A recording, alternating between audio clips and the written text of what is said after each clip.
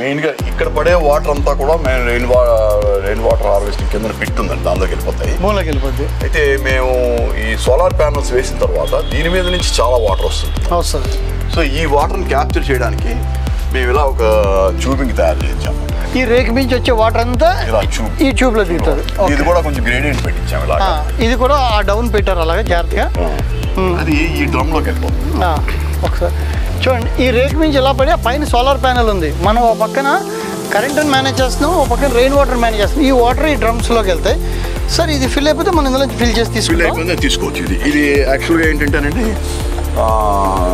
ఇందులోంచి హార్వెస్ట్ చేసుకోవచ్చు, ఇందులోంచి వస్తుంది వాటర్.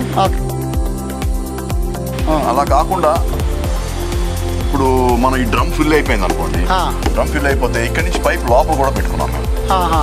ఇక్కడ కూడా మేము వాటర్ ఫిల్ చేసుకోవచ్చు. ఇక్కడ మనకు కావాలి ఇంకో 2 డ్రమ్ ఫిల్ చేసుకోవచ్చు. ఎన్ని డ్రమ్ములు కావాలంటే అన్ని డ్రమ్ములు ఇక్కడ పెట్టుకుని ఇక్కడ ఫిల్ చేసుకుంటాం.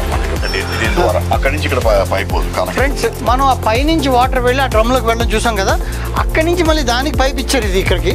దీన్ని మనం ఇది మోటార్తో వస్తుందా సార్ డైరెక్ట్గా వచ్చేది ప్రెషర్ ఆ డ్రమ్ నిండిపోగానే మనకి ఈ పైప్లో వస్తుంది. మనం ఇక్కడ నుంచి ఇంకో డ్రమ్లో ఫిల్ చేసుకోవచ్చు ఎక్కువైతే, లేదంటే ఉన్నదని మనం మొక్కలకి వేసుకోవచ్చు. అంతే డ్రమ్స్ లో ఫిల్ చేసేస్తాం.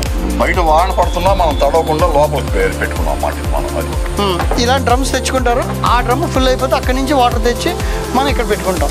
ఇది ఇక్కడ ఫిల్ చేసుకుంటాం. ఇలాంటి డ్రమ్లు మనం 5 10 పెట్టుకుని ఫిల్ చేసుకుంటాం వచ్చే వర్షం బట్టి. మనం వర్షంలో తడకైనా మనకి పైన సపోర్ట్ ఉంది, పూర్తిగా మనకి పైకి సపోర్ట్ ఉంది.